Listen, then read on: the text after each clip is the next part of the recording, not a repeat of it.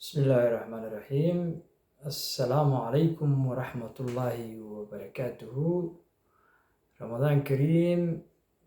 ومركلة ولكن علي حرسي كارشة علي كبيرة وعاود دونها إنه نلقى يفسدو كليب ير أما مقال ير وعن دونها هنا كهالله مرحلة القلمدو بريان سياسة والإسكدة رمضان كريم أيام إيران عبادة استو inkastoo siyaasaddu aysan dembi ahayn haddii aan si qaldan loo isticmaalayn.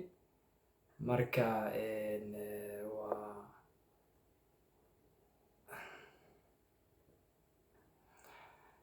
waan salaamayaa dhammaantiin, soo dhawaada. aad iyo aad ayaad u mahadsantihiin, waan idin salaamayaa. waxaan rabaa inaan baryahan galmudug sidii loo doortay madaxweyne qorqor xaaladaheeda isbedelo kala duwan ayaa kasoo baxayay. madaxweyne qorqorna waxa uu u dhaqaaqay dhinacii midnimada iyo walaaleynta bulshada reer galmudug. sidaas awgeed ayaan ku taageernay, sidaas awgeed ayaan xoogaa bal aan niri aan xaaladda hala dejiyo. galmudug khilaaf kale ma qaadi karto, iska horimaad kale iyo in maaragtay hadda qori ku taag ay noqoto, iyo in ay guruubyo loo kala fadhiisto wax macnaha ay sameynaysa male. bulshada masaakiinta ee horumarka u baahan waxaa la isla gartay in maamulka cusub ee curdunka lala shaqeeyo, la iskana iloobo khilaafaadkii iyo sharci darradii ay ku yimid iyo sidii ay loo keenay iyo afgembigii hore ee galmudug. in aan dib u dhac kale dib loo noqon oo horey loo socdo. talooyinkii loo soo jeediyana madaxweyne qorqor wuu qaatay. marka waxaa soo kordhay baryahan waan doonayaa inaan ka hadlo waxay tahay waxaa qolyihii nabad iyo nolol afgembiyey maamulkii hore madaxweynaha uu ka ahaa Axmed Ducaale Geelle Xaaf,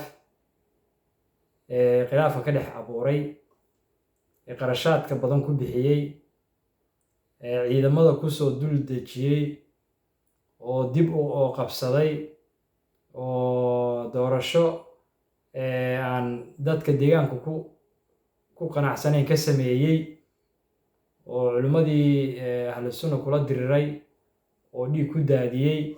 waxyaalahaasoo idil ujeedooyinkii laga lahaa aan weligan ka digi jirnay, aan ummadda horey uga sheegi jirnay, ayay qoladii nabadii nolol lagu yaqaanay lugooyada iyo inay ummadda iska hor keento iyo inay necab tahay midnimada iyo wadajirka bulsho, oo aysan marnaba doonayn in dadku isku yimaadaan, isfahmaan, ay danahooda gartaan si ayaga aan looga hoos bixin. waxay bilaabeen markii qorqor uu u jeestay dhinaca midaynta bulshada reer galmudug, waxay bilaabeen inay dhaqaalihii ka gooyaan, inay khilaaf ka dhex sameeyaan ciidamadii booliiska. oo aad maqlayseen maalin dhaweyd nin baa yiri shabaab baa laga sii daayey dhuusamareeb, oo si sharci darraa oo nidaamka ciidamada iyo nidaamka booliiska iyo nidaamka dowligaaba kasoo horjeeda. shir jaraa'id intuu u qabtay sidii nin siyaasiya uu yiri hay-adaha amniga ee galmudug ragga ugu sarreeya ayaa rag shabaaba sii daayey. arrintaasoo ah arrin aan maxaa la yidhaahdaa macquul ahayn, lana garan karo meesha ay ka timid iyo ujeeddada loo leeyahay. bilowna u ah khilaaf cusub oo hadda la doonayo in la abuuro oo galmudug laga dhex sameeyo. waxaad arkayseen maamulada meelaha qaarkood mudaharaadyo ka dhacayay.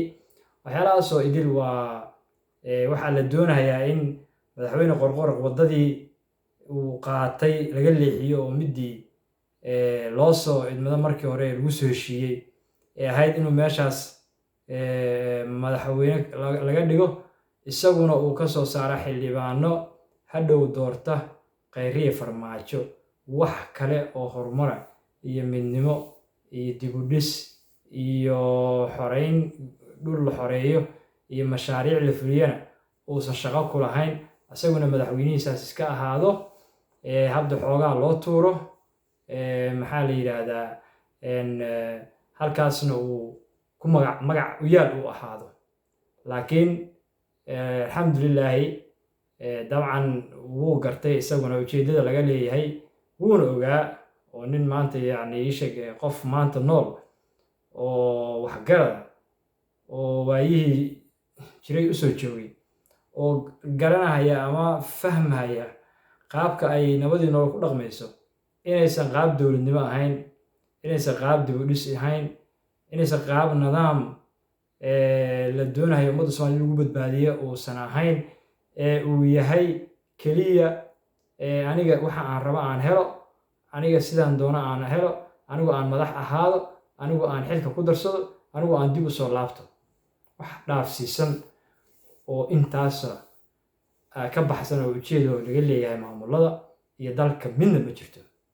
waxaana ka garanaysaa magaalada keliya ee ay dalka ka xukumaan, magaalada keliya ee cashuurta bixisa, magaalada keliya ee dadkeeda dowladdu dul saaran tahay, dhibaatada lagu hayo, dilalka joogtada ah, qaraxyada, shabaabka loo soo dusinayo, siyaasiyiinta la caburinayo, shacabka masaakiinta waddooyinka laga xirhayo, shacabka biyuhu qaadeen oo aan jidadka loo dhisayn, oo aan bulaacadaha iyo biyaha laga qaadayn, oo canshuurtoodii aan dib waxba loogu qabanaynin, qaxootiga tiradii ka bata barakacyaasha magaalada iska dhex yaalla, shabaabka dadka iska dilaya, maalin walba amni xumada ka jirta oo ay raalli ku yihiin kuna hurdaan, jidadkiina ay ka xirteen, cid dan iyo heello kalena aysan jirin. qaabkaas ayay ahaayeen. marka horta waxaan leeyahay aniga waxa weeyaan galmudug, dadka reer galmudug inay wax fahmaan muddo dheer ayaan ka shaqaynaynay, muddo dheer ayaan ka digaynay, laakiin way garan waayeen danahooda. khilaafaadyo badan iyo maxaa la yidhaahdaa iska horimaadyo badan ayaa soo maray, talooyin tiro badan baan usoo jeedinay oo maamuladii hore u jiray aan usoo jeedinay, way iska dhaga tireen. maalin walba qof waxgaradaa qaylinaya, maalin walba qof baa lahaa ruuxaana laga daayo. laakiin madaxdu mar walbaba, madaxda reer galmudug dadka shacabka maba dhegeystaanba, dadkooda waxgalka ma dhegeystaan, waxgaradkooda ma dhegeystaan. qofka reer galmudug ee galmudug ka naxaya kalgacalka iyo maxaa la yidhahdaa isheg laxawshaha u haya galmudug ma dhegeystaan. markay madax noqdaan dadka taleefanada kama qabtaan, maxaa la yidhahdaa shirar ma qabtaan, ummadaha iskuma keenaan, waxgalkii iliidka ma aruuriyaan, keliya ayaga unbaa isboqra, waxay rabaan bay ku dhaqmaan, siday doonaan bay yeelaan, bohoshii hore unbay ku dhacaan, wax kaloo ay ka duwan yihiin male. maalin walba galmudug waxay ku baaba'ayso waa hal waddo, waa hal shay oo keliya, waa in madaxda la doortaa aysan ka shaqayn danta reer galmudug ee dan qof shaqsiga u shaqeeyaan. marka waxaan maqlayay in maanta taliya loo soo magacaabay, taliyaha qaybta booliiska galmudug ayaa nin laga soo diray xamar ayaa loo soo magacaabay. waxaana soo magacaabay taliyaha ciidamada booliiska Soomaaliyeed, taliya Xajaar. taasna waxay ka hor imaanaysaa nidaamka federaalka, ayay ka hor imaanaysaa systemka dowladda u dhisan tahay. waxaad moodaa booliiska iyo qolada hadda nabadii nolol hogaamisa nabar iyo naxdin inay ku dhaqmahayaan sidii waagii maxamed siyaad barre ee dictatorshipkii central governmentiga dalka dhan laga xukumayay madaxtooyada oo wareegtada waddanka lagu maamulayay, ayaad u malaysaa inay ku shaqaynayaan. haddaba xaq ma u leeyihiin in taliya Xajaar uu taliyaha booliiska qaybta galmudug usoo magacaabo? waa maya. sharciga hadda u yaalla dalka waa maya, xaq uma lahan. wuxuu xaq u leeyahay taliyaha federaalka ee galmudug inuu usoo magacaabo federal police, maxaa la yidhahdaa centerka ama sida federal police agency-ga ama federal police-ka inay soo magacaabaan bay xaq u leeyihiin. kuwa kale taliyaha booliiska galmudug, taliyaha booliiska degmada maxaa la yidhahdaa Dhuusamareeb, taliyaha booliiska degmada Cadaado, taliyaha booliiska degmada Gurceel, waxaa xaq u leh inuu soo magacaabo madaxweynaha maamulka galmudug keliya qolada kale waa ansixinayaan, wayna ogolaanayaan, wayna sharciyeynayaan oo way saxiixayaan keliya. Sharciga waxa weeyaan waddanka wuxuu leeyahay 2 police ayuu leeyahay. Central Police oo ah dalka midka National Police-ka oo ah Federal Police-ka la yiraahdo, iyo Local Police wax la yiraahdo oo ay leeyihiin dowlad goboleedyada ama maamul goboleedyada hadda ka dunta ugu yar. Marka Local Police-ka wuxuu hoos imaanayaa dowlad goboleedka uu markaas ka jira ayuu hoos imaanayaa, sida maxkamadda degmada iyo maxkamadda gobolka iyo maxkamadda sare ee maamulka iyo maxkamadda sare ee dalka ay u leeyihiin heer jaranjaro oo isdul saaran ay u leeyihiin. oo mathalan Galmudug degmada Cadaado maxkamad bay yeelanaysaa, maxkamadaasina waxay hoos imaanaysaa maxkamadda gobolka ay ka tirsan tahay Galgaduud, kadibna waxay hoos tegaysaa maxkamadda sare ee maamulka Galmudug ama dowladda Galmudug ama dowlad goboleedka Galmudug hadda ka dunta ugu yar. Intaa markii laga soo baxo waxaa jira maxkamadda sare ee qaranka ayaa jirta. Sidaas ay maxkamaduhu u dhisan yihiin, nidaamkuna sidaas u shaqeynaya. Marka inta Galmudug taliye ciidan loo soo magacaabayo, Galmudug xor maahan. Xor maahan marka aan leeyahay waxa weeyaan madaxda Galmudug iyo dadka u shaqeynaya iyo service-ka Galmudug la rabo inay bixiso ma ahan kuwa u shaqeynaya bulshada reer Galmudug ee waa kuwa u shaqeynaya habda qofkii soo magacaaba ee mushaar siiyo wey. Dad badan baa dhaweyd soo weydiiyey oo igula doodahayay Galmudug ciidamadeeda booliiska mushaar ma siisan karto marka in loo soo magacaabo waa xaq. Maya, xaq ma ahan. Galmudug waa cashuur bixiyaasha ayay ku jirtaa, dadkeedu cashuurta ay bixiyaan. Dowladdana waxay xaq ugu leedahay inay mushaaraadka booliiska ay bixiso. Waa sharci constitutionisa oo aysan diidi karin Khayriye Farmaajo, oo uusan diidi karin Taliya Xajaar. Mushaarka la siiyo ciidamada ee budgetka dowladdu u magacaabo, budgetka wasaaradda amniga qaybta booliiska ee loo soo marsiiyo Central Police-ka wuxuu ku qasban yahay inuu u geeyo centralka midka Galmudug. maxaa yeelay ma ahan siyaasi, ma ahan booliisku siyaasi, ma ahan xisbi siyaasi, ma ahan booliiskuna siyaasad shaqo kuma leh. Ciidamadu siyaasad kama shaqeeyaan, amniga ayay dalka ka shaqeeyaan, mas'uul ka yihiin dalka gudihiisa iyo dibaddiisa. Marka lama siyaasadayn karo nin shakhsiya oo siyaasad wataana ciidamada Galmudug mushaarkooda ma hor istaagi karo sida sharciga dawliga. Haddaan dawli sharci ka hadlayno wey, nidaamka sharciga haddaan ka hadlayno wey. Marka madaxweyne Qorqor waxaan kula dardaarmayaa, madaxweyne sharciga constitutionska wuxuu ku siinayaa inaad adigu magacawdo taliyaha booliiska Galmudug, wuxuu ku siinayaa inaad adigu magacawdo taliyaha booliiska degmada Dhuusamareeb, wuxuu ku siinayaa inaad magacawdo taliyaha booliiska gobolka Galgaduud, wuxuu ku siinayaa inaad magacawdo taliyaha booliiska gobolka Mudug. Degmooyinka oo dhan adaa booliiska u samaynaya, u magacaabaya. Gobornatoreyaasha aad adigu u magacawdo, gudoomiyaha degmada, gudoomiyaha gobolka Galgaduud iyo gudoomiyaha gobolka Mudug ayay booliisku hoos imaanayaan. Kadibna taliska guud ee Galmudug ayay hoos tagayaan. Nidaamka sharciga sidaas wey. Kadibna waxay sii hoos tagayaan taliska guud ee dalka. Marka lama siyaasadayn karo, lamana soo nin aan shaqo ku lahayn dekreeto uu soo qorayna sharci kuma noqonayaan. Sharci wuxuu ku noqonayaa marka hay'adaha sharciga ee Galmudug ee dadka reer Galmudug ay doorteen ay confirm gareeyaan, golaha wasiirada u soo bandhigto ay ogolaadaan, baarlamaanka la marsiiyo, la dhaariyo, taliyuhu sidaas wey ayay noqonaysaa. Adiga ayaa waxaa tahay taliyaha ciidamada amniga ee Galmudug ayaa tahay. Daraawiishtu aday ku hoos imaanayaan, booliisku aday ku hoos imaanayaan, maxkamaduhu adigay ku hoos imaanayaan. yacni dowlad waxaan waxa weeye waa regional governments ayaa la yidhahdaa. Dowlad goboleed wey ama state wey.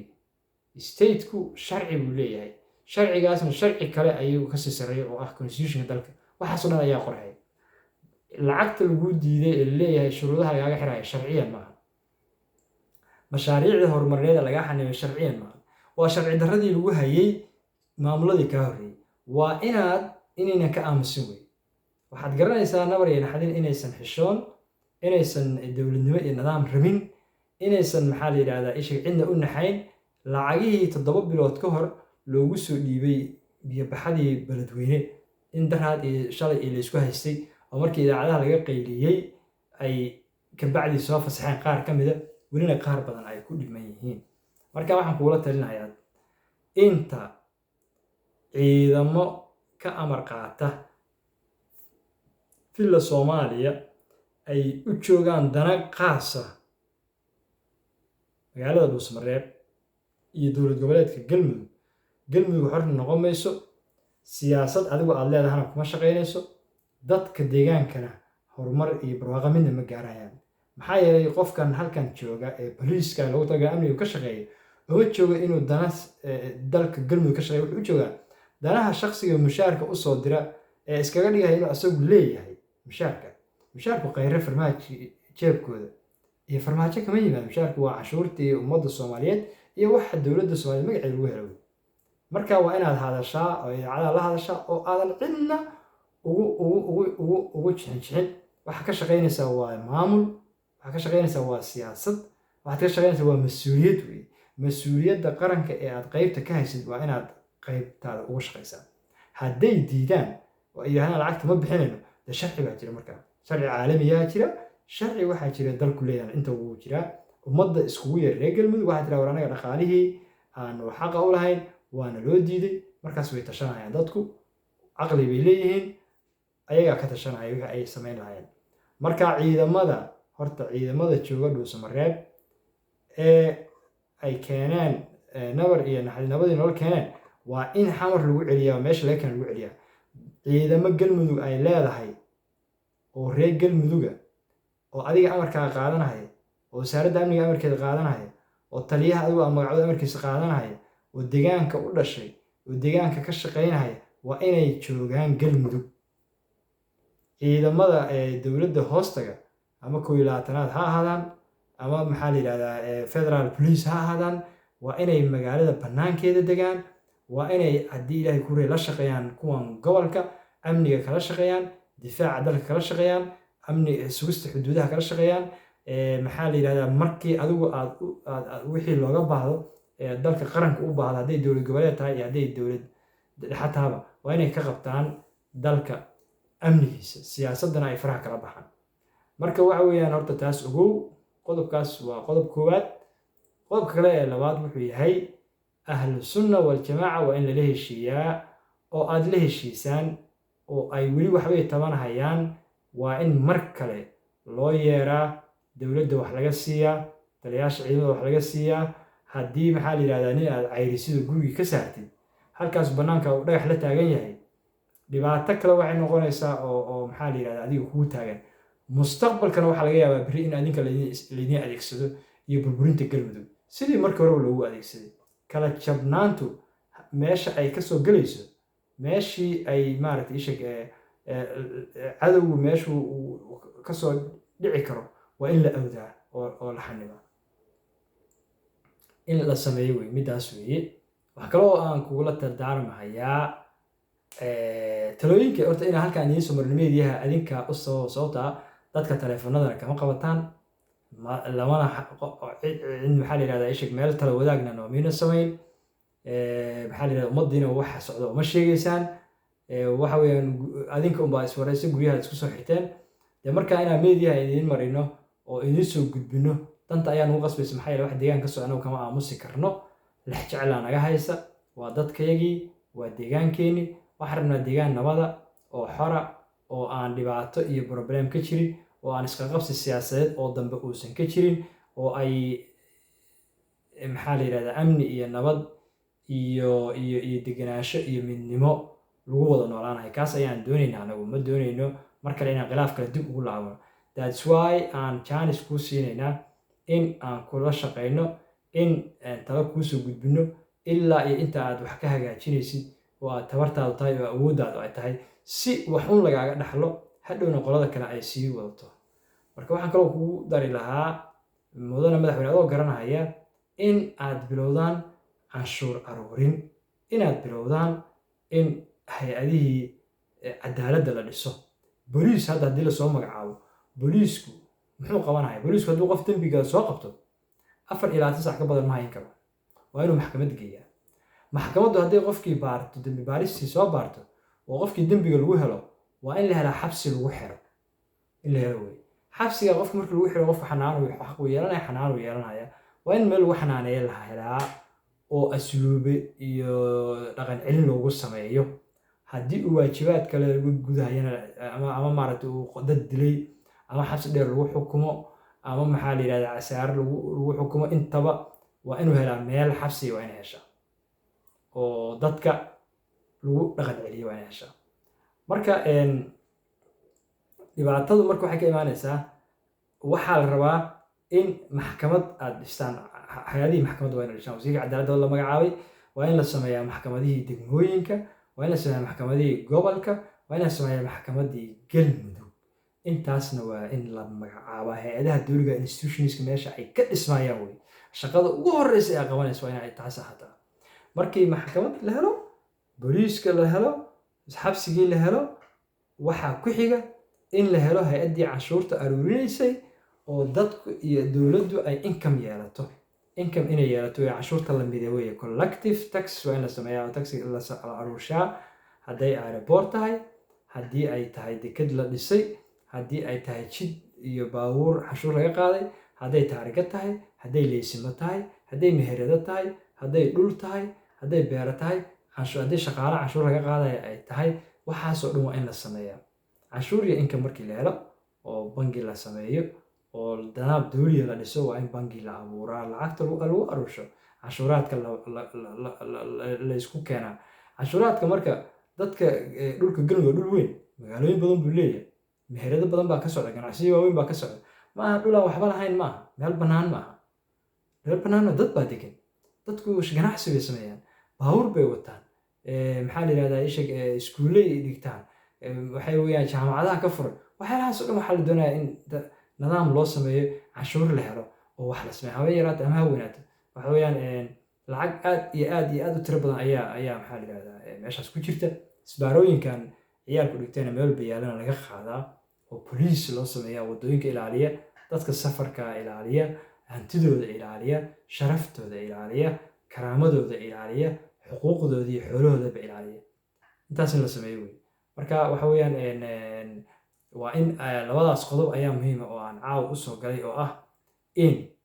in la helo ciidan ay galmudug leedahay oo ka amar qaata habda hogaankii markaa yimaada maaha adiga keliya maahan adiga kan kaa dambeeya iyo kii kaloo kaasi dambeeya iyo mid kaloo kaasi dambeeya waa in la helaa ciidan dadka deegaanku ay yaqaanaan oo ciidana oo asluubaysan oo sharciga yaqaana oo lasoo tababaray oo nidaamiya waa in helaan boliiska mashaariic intaasoo kun malaayiin baa lagu bixiyaa waad ogtihiin waxaa jooga amisom waxay leedahay boliis ayaa ka jooga Sierra Leone iyo Nigeria ka jooga oo tababarayaal ah oo ciidamada Soomaaliyeed tababara oo UN-ka ay hoos yimaadaan oo khubaro kale oo UN-ka amisomta u shaqeysa oo xataa meesha la yiraahdo kuliyadda General Kahiye ee afisyoon agtiisa ku taala tababarada booliiska lagu siiyo waxa bixiya khubaro ka socota caalamka dhan baa ka socota UN-kana fangareeya marka ma ahan in farmaajo qeyri ma diidi karaan booliisku amniga ayuu ka shaqeeya waxyaalaha ugu badan ee wadamada horumaray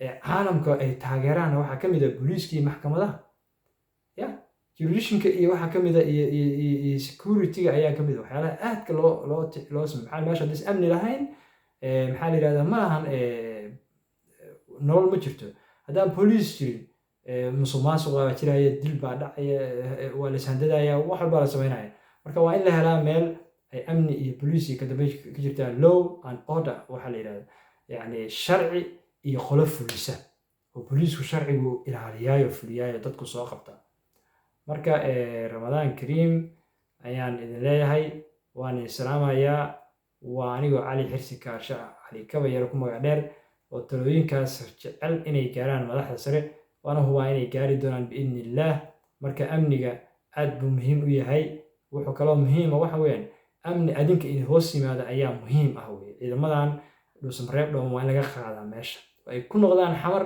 iyo meelihii laga keena waa lagu celiyaa ciidamo waa in lagu bedelaa dadka deegaanka ay leeyihiin oo dowladda galmudug hoos yimaada oo amarkeeda qaadanaya waa in lagu bedelaa si aan hadhow leedinkugu adeegsan adinka oo aan dadka loogu adeegsan oo aysan siyaasadihii guracnaa ee kasoo fulahayay fila fariile fila Soomaaliya meesha la oran jiray hadda laakiin villa khayriye farmaajo noqotay, dadkii iyo dalkii iyo ummaddii oo dhanba maxaa la yidhahdaa afduubka loogu haysto, oo sharcigii dalka afduubka loogu haysto, oo baarlamaankii dalka afduubka loogu haysto, oo wariyaashii iyo saxaafadda afduubka loogu haysto, oo hantidii qaranka iyo xorriyaadkeedii iyo maxaa la yidhahdaa karaamadeedii iyo qiyamkeedii oo dhanba afduubka uu farmaajo ugu haysto.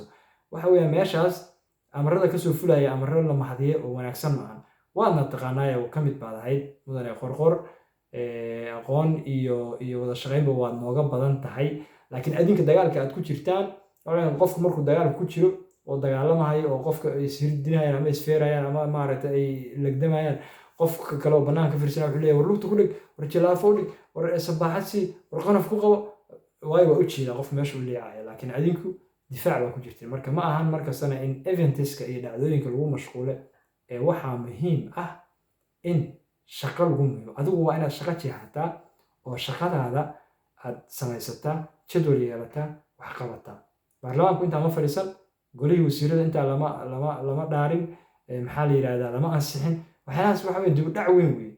maalinba meel baa dagaal lagaa kaga furay, maalinba qabiil baa inta lasoo hubaya qabiil kale ku dhufa laleeyahay. markaasaa maalinba marna xagga ordis marna xagga ordisin. waa qorshe loogu talagalay in laydinku wareeriyo wey. qorshe loogu talagalay in laydinku wareeriyo oo waxqabadkiina iyo horumarkiina iyo firfircoonidiina lagu curyaamiyo, adinkana ummadda laydinku fadeexeeye. taas wey. marka waa inaad fahamtaan waxaas oo dhan hay-adihii aad uga hortegi lahaydeen iyo dowladihii iyo nidaamka uga hortegi lahayd waa inaad samaysataa. waa inaad golaha baarlamaanka waa in la kulmiyaa. waa sharci. maxay u yihiin golo baarlamaan? maxay soo dooneen? haddaysan shaqada loogu talagalay qabanayn maxay soo dooneen? maxay u dhaarteen? waa inaad iskugu yeertaa, warqad u dirtaa guddoomiyaha iyo guddoomiye ku-xigeenka guddoonka baarlamaanka, tiraha baarlamaanku maalin heblo waa inaad kulmisaan, sababtaasi golihii wasiirada ayaa raba inaa horgeeyo. ya maaha gacal ma diidi karo, sababtaa haddii ilaahay kuu ron yahay isheg uma uusan imaan meeshan inuu marna xamar aado marna uu xafiiska khayra fadhiisto, umuusan imaanin. hadduusan shaqada galmudug qaban karin, dee xafiiska ha aado maxaa la yidhahdaa khayre. galmudug hadduusan u shaqaynayn yuu u shaqaynaya? yuu u shaqaynaya? mise waxay bedelahayaan gacal iyo maxaa la yidhahdaa carabi. gacalkii hore iyo carabi may bedelahayaan, casir iyo carabi may bedelahayaan. qaabka hadda ay u shaqaynayaan waxaa maqlaya nuxnux hoose oo sheekadii casir inuu wado ninka la yidhahdaa gacal, oo ay khayre maxaa la yidhahdaa ishig isku xiran yihiin, oo uusan baarlamaankana fariisinayn, maxaa la yidhahdaa ishig curyaaminna uu ku hayo shaqada golaha fulinta ee dowladda uu hogaamiyo madaxweyne qorqor. taas layska yeeli maayo. taasi layska yeeli maayo. mar bay idiin martay, mar kalena idiin mari mayso. waana mid loo feejigan yaha loona jeedo weeye. aad iyo aad baan idiin salaamayaa. waqtiga waa idinku dheereeyey. asalaamu calaykum waraxmatullaahi wabarakaatuh.